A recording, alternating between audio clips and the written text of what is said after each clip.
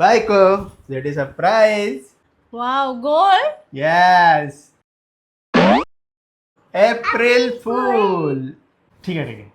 हा एप्रिल फूल होता. आता तुला मस्तपैकी रेस्टॉरंटला जेवायला नेतो. ठीक आहे. इथे कुठे तुम्हाला रेस्टॉरंट दिसतंय? अगं हे काय, हेच आपल्या रेस्टॉरंट आहे. धाबा. एप्रिल फूल बनाया.